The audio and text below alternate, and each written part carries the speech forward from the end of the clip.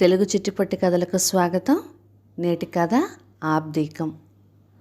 18వ తేదీ నుంచి 22వ తేదీ వరకు సెలవు కావాలా? అవును సార్, 5 రోజులు. ఇవాళ తేదీ ఎంత? 5th. ఇంకా 13 డేస్ ఉంది. ఓకే.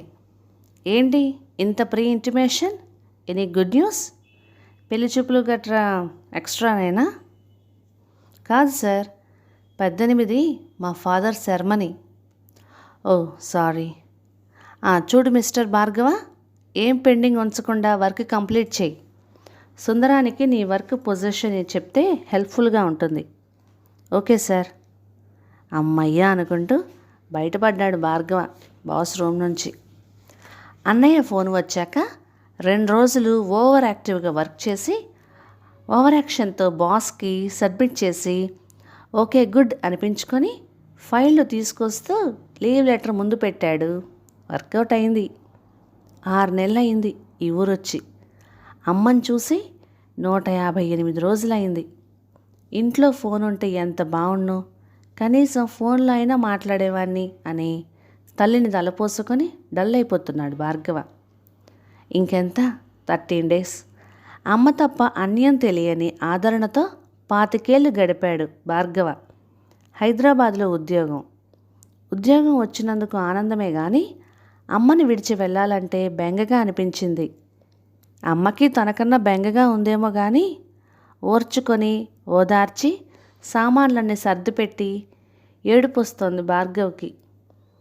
వెళ్ళే ముందు ఎప్పుడూ లేనిది ఆవిడ కాళ్ళకి దండం పెట్టబోయాడు. టక్కుని లేవనెత్తింది. దండం నాకు కాదురా, మీ నాన్నకి పెట్టు అందావిడ. దండ వేసిన ఫోటో ఫ్రేమ్లో నాన్నకి దండం పెట్టాడు భార్గవ. నాన్న ఫోటో ఆశీర్వదించిందో లేదో కనిపించలేదు. కన్నీళ్ళు అడ్డం వచ్చాయి భార్గవ్కి. రిక్షా ఎక్కాడు. అమ్మనే చూస్తున్నాడు. గచ్చకాయ రంగు చీర, నల్లటి స్టిక్కరు అంటించుకున్న నుదురు, నీళ్ళాపుకుంటున్నట్లుగా తెలిసిపోతున్న తెల్లబడుతున్న నల్లని కళ్ళు. గుమ్మం దాకా వచ్చి వేలపట్టున తిను, వెళ్ళగానే ఉత్తరం రాయి, ఎప్పుడు సెలవొచ్చినా ఓసారి రా, నీ రూము వెసులుబాటుగా ఉంటే నేనే వస్తాలే, డబ్బుకి ఇబ్బంది పడకు, ఏం కావలసినా రాయి. ఇలా పొడి పొడి మాటలతో ప్రేమ చల్లి పంపించింది. ఆ చూపు, ఆ వేల్టి ఆమె ఆకారం, నించున్న తీరు మనస్సులో ఫిక్స్ అయిపోయాయి. మళ్ళీ మళ్ళీ రమ్మని పిలుస్తున్నట్లు జ్ఞాపకం వస్తున్నాయి భార్గవ్కి. వారానికి 2 ఉత్తరాలు తను రాస్తాడు. అమ్మ 4-5 ఖచ్చితంగా రాస్తుంది. ఇంకెన్నాళ్ళు? 13 రోజులు అమ్మ దగ్గర ఉంటాడు. కౌంట్ డౌన్ స్టార్ట్ అయింది. రోజులు మైనస్ చేసుకుంటున్నాడు.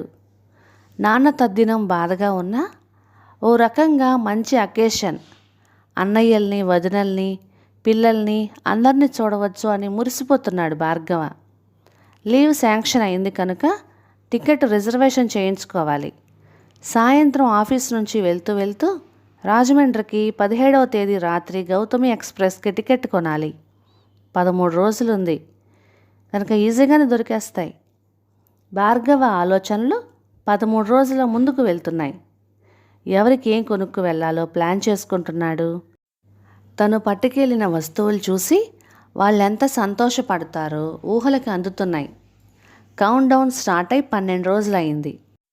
కొనాల్సినవన్నీ కొన్నాడు. రేపే ప్రయాణం.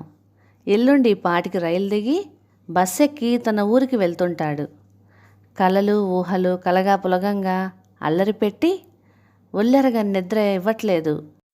ఎప్పుడు కునుకు పట్టిందో తెలియదు కానీ లేచాక టైం చూస్తే 8 కావస్తోంది. అమ్మో అనుకుంటూ పక్క నుంచి లేచాడు. 8 అయినా వెలుగు 5:30 అయినట్లుంది. ఆకాశం ముసిరేసింది. అందుకే మెలకు రాలేదన్నమాట అనుకున్నాడు భార్గవ. సూర్యుడిలా తయారయ్యి భార్గవ ఆఫీస్కి వెళ్ళాడు యాక్టివ్గా. తనే ముందు వెళ్ళాడు. అందరికీ మబ్బే మసకేసింది. ఆలస్యంగా వచ్చారు. భార్గవ తన పని తాను చేసుకుంటుండగా ఇన్లాండ్ లెటర్ తెచ్చిచ్చాడు అటెండర్. అమ్మ దగ్గర నుంచే. ఆత్రంగా విప్పి చదువుతున్నాడు. చిరంజీవి భార్గవ, సెలవు దొరికిందని 18వ తేదీ నువ్వు వస్తున్నావని మేమందరం ప్రేమగా ఎదురుచూస్తున్నాం. అన్నయ్యలు పిల్లలు నిన్ననే వచ్చారు. ఇల్లంతా భలే సందడిగా ఉంది. అక్కయ్య పిల్లలు 16న వస్తారట. మీ నాన్నగారు ఇల్లెప్పుడు ఇలా కలకలలాడుతూ ఉండాలని కోరుకునేవారు కదా.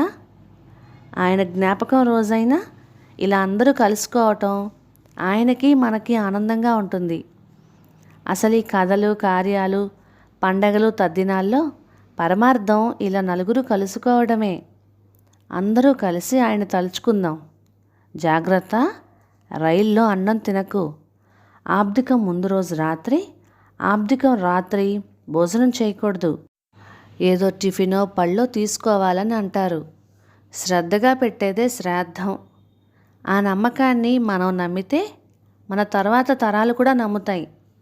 చనిపోయిన రోజైనా పెద్దలను తలుచుకొని మంత్రోక్తంగా నైవేద్యం పెట్టి ఆ ప్రసాదాన్ని కళ్ళకద్దుకొని తినడం వల్ల నిర్వహించే పిల్లలు, అందుకునే పితృదేవతలు కూడా పుణ్యం పొందుతారట. మీ నాన్న పోయినట్టే మర్చిపోయి బ్రతుకుతున్నాను కానీ ఈ రోజుని మాత్రం మర్చిపోలేకపోతున్నాను. నేను ఆయన దగ్గరికి వెళ్ళేదాకా ఈ జంజాటం తప్పదు. ఆశీస్సులతో మీ అమ్మ. ఉత్తరం పూర్తి చేశాక భార్గవకి కళ్ళలో నీళ్లు తిరిగాయి. అలాంటి ఉత్తరం తల్లి రాయాల్సి వచ్చినందుకు బాధపడ్డాడు. ఆమె ఎంత బాధ దిగమింగుకొని ఆ ఉత్తరం రాసిందో అర్థం చేసుకొని మరీ బాధపడ్డాడు. సాయంత్రానికి కూడా సూర్యుడు రాలేదు. సిటీలో అక్కడక్కడ వాన పడుతోందని ఫోనుల్లో తెలుస్తున్నది. ఆఫీస్ నుంచి బయలుదేరేటప్పటికీ భయంకరమైన వాన. ఇంటికెళ్ళేటప్పటికీ తడిసి ముద్దయిపోయాడు. బంగాళాఖాతంలో వాయుగుండం. తూర్పు పశ్చిమ గోదావరి జిల్లాల్లో తీవ్రమైన తుఫాను. పేపర్లు రేడియోలు హెచ్చరికలు ప్రకటించాయి. అయ్యో అనుకున్నాడు భార్గవ. తన వాళ్ళు ఎలా ఉన్నారో అనుకున్నాడు. రాత్రి తన ప్రయాణం. రైళ్ళు బస్సులు అన్నీ బంద్ అయిపోయాయి. Telephones cut. తూర్పుగోదావరి పశ్చిమ గోదావరి జిల్లాల్లో మిగిలిన ప్రదేశాల నుంచి సంబంధాలు కోల్పోయాయి. వైర్లతో నడిచే వెలుగు శబ్దం తదితరాలన్నీ తెగి లొంగ చుట్టుకుంటూ కొట్టుకుపోయాయట. భార్గవకి భయం వేసింది. బెంగ పుట్టింది. హైదరాబాద్ పొడిబారింది. సూర్యుడు కూడా పొడిచాడు. ఆఫీస్ నుంచి 5 నిమిషాలకోసారి రైల్వే ఎంక్వైరీకి ఫోన్ చేస్తున్నాడు. రైలు కదలవని కరాఖండిగా చెప్తున్నారు. బస్టాండ్ బాబోయ్ అంది. చివరి క్షణం వరకు ప్రయత్నం చేశాడు. ఏం చేస్తాడు? Reservation cancel. డబ్బేం కట్టవలేదు. పరిస్థితి అలాంటిది. గౌతమి ఎక్స్ప్రెస్ హాయిగా నిద్రపోయింది. ఇంటికెళ్ళిన భార్గవ్కి నిద్ర లేదు. ఉదయం 6 గంటలు.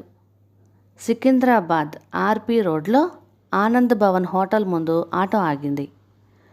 తడిపొడిగా ఉన్న పంచె మీద చిరు తడిగా ఉన్న లాల్చి తొడుక్కున్న ఓ వ్యక్తి ఆటో వాడికి డబ్బులిచ్చి పంపేసి అరక్షణం ఆగి ఆలోచనల్లో ఉన్నాడు. అతడే భార్గవ. ఆనంద భవన్ ఎదురుగా ఎన్నో షాపులు, ఇంకా తెరవని షట్టర్లు. ఆ షాపుల ముందు అరుగుల మీద అరుగుకి 4 చొప్పున బ్రాహ్మణులు. పనిచ్చేవాడికి పిలుపు కోసం ఎదురు చూస్తున్న రోజువారీ కూలీల్లా కూర్చున్నారు. ఆ బ్రాహ్మణులందరినీ పరిశీలనగా చూశాడు భార్గవ. అందులో ఒక వ్యక్తిని చెయ్యూపి పిలిచాడు. ఆ బ్రాహ్మణుడు రోడ్డు క్రాస్ చేసి వచ్చాడు. టిఫిన్ చేశారా? అడిగాడు భార్గవ. అడ్డంగా తలూపాడు ఆ బక్క చిక్కిన బ్రాహ్మణుడు. అతని కళ్ళల్లోకి చూస్తే నిజమే అనిపించింది భార్గవకి. రండి టిఫిన్ చేద్దామా? ఆయన ఆశగా ఆబగా కాదు, ఆకలిగా ఒప్పుకున్నాడు. భార్గవ్ ఆయన తీసుకెళ్ళి ఓ టేబుల్ ఎదురు సీట్లో కూర్చోబెట్టాడు. సర్వర్ వచ్చాడు. 4 ప్లేట్లు వడ, సాంబార్ వద్దు, 4 చట్నీలు తీసుకురా. భార్గవ్ కంఠంలో కమాండో కమిట్మెంటో. ఎస్ సార్ అనుకుంటూ సర్వర్ వెళ్ళిపోయాడు. ఇవాళ మా నాన్నగారి ఆబ్దికం. మీకు కావలసినన్ని గారెలు తినండి. ఉల్లిపాయ ఉంటుందని సాంబార్ తీసుకురావద్దన్నాను అన్నాడు భార్గవ. బ్రాహ్మణుడి కళ్ళల్లో తడి చేరింది. ప్రొఫెషనల్గా ఎన్నో ఆబ్దికాలకు వెళ్ళాడు. ఇది కొత్త రకం. అతని భక్తి శ్రద్ధల్ని మనసారా మెచ్చుకున్నాడు బ్రాహ్మణుడు. అతను గారెలు తిన్నాక దండం పెట్టి 51 రూపాయలు ఇచ్చాడు భార్గవ. ఆ బ్రాహ్మణ ఆయన దక్షిణ తీసుకునే ముందు మీ తండ్రి గారి పేరు గోత్రం చెప్తారా అని అడిగాడు. భార్గవ చెప్పాడు. భార్గవ్కి ఇప్పుడు తృప్తిగా ఉంది. ఒక ప్లేటు వడ ఆర్డర్ చేసి కళ్ళకొద్దుకుని తిన్నాడు, నాన్నని తలుచుకుంటూ, తన వాళ్ళంతా బాగుండాలి అనుకుంటూ. కథ సమాప్తం. ఇక ఈ కథ మీకు నచ్చినట్లయితే ఇలాంటి మరెన్నో తెలుగు చిట్టిపొట్టి కథల కోసం please like, share and subscribe to my channel. Thank you.